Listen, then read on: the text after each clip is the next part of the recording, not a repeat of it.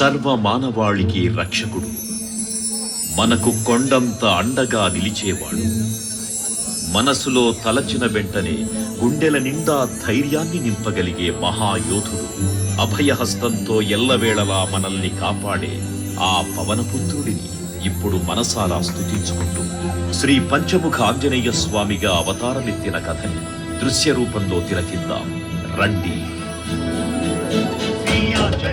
ప్రసన్నాంజనేయం ప్రభాదివ్యకాయం ప్రకీర్తిప్రదాయం భజే వాయుపుత్రం భజే బాలగాత్రం భజేహం పవిత్రం భజే సూర్యమిత్రం భజే రుద్రరూపం భజే బ్రహ్మతేజం. అది రామాయణ మహాయుద్ధం భీకరంగా సాగుతోన్న తరుణం. శ్రీరామచంద్రుని సారథ్యంలో వానర సైన్యంతో విజృంభిస్తూ లక్ష్మణస్వామి తనతో పోరాటం చేస్తున్న రావణుడి కుమారుడు ఇంద్రజిత్ తలని బాణంతో ఒక్క వేటుతో వేరు చేశాడు.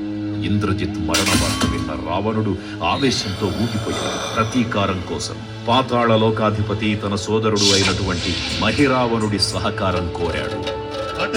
ప్రభాతంబు సాయంత్రమీ నామ సంకీర్తనల్ చేసి నీ రూపు వర్ణించి నీ మీద నేదండ కంచేయ నీ మూర్తి గావించి నీ సుందరం పెంచి నీ రాసదాసుండనై రామ భక్తుండనై నిన్ను నే గొల్చెదన్. నీ కటాక్షంబునం చూచితే వేడుకల్ చేసితే నా మొరాలించితే నన్ను రక్షించితే. తంత్ర విద్యలో ఆరితేరిన మహిరావణుడి దాడి గురించి విభీషణుడి ద్వారా ముందుగా తెలుసుకున్న హనుమంతుల వారు తన ప్రభువుల విశ్రాంతి మందిరానికి కాపలా ఉండగా ఆ దుష్టుడు లోపలికి ప్రవేశించడానికి పలు ప్రయత్నాలు చేసి చివరికి మాయోపాయంతో విభీషణుడి రూపం ధరించి మందిరంలోకి ప్రవేశిస్తాడు.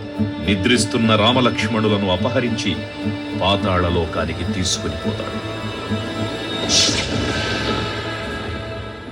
అంజనాదేవి గర్భాన్మయా దేవ నిన్నెంత వాడన్ దయాశాలి వై చూచియుందాత వై దూచియున్ నిల్చియున్ తొల్లి సుగ్రీవకున్ మంత్రి వై స్వామి కార్యార్థమయ్యేగి శ్రీరామ సౌమిత్రులను చూచి వారిని విచారించి సర్వేసు పూజించి యప్పానుషం పంటు గావించి వాలిని సంపించి కాకుత్సతిలకుంటు పాదృష్టి వీక్షించి కిష్కింధకే తెంచి శ్రీరామ లంకకే తెంచియున్ కాల్చియున్ యప్పూమి చూచి ఆనందము పొంగి ఆయుంగరం బిచ్చి ఆ రత్నముందెచ్చి శ్రీరామమున్నిచ్చి సంతోషముం చేసి. తన ప్రభువులను కాపాడుకోవడానికి వాయువేగంతో పాతాళలోకానికి చేరుకున్న ఆంజనేయ స్వామికి సగం మొసలి సగం వానర రూపంలో ఉన్న వింత జీవి ముఖద్వారం వద్ద కాపలా కాస్తూ కనిపిస్తుంది.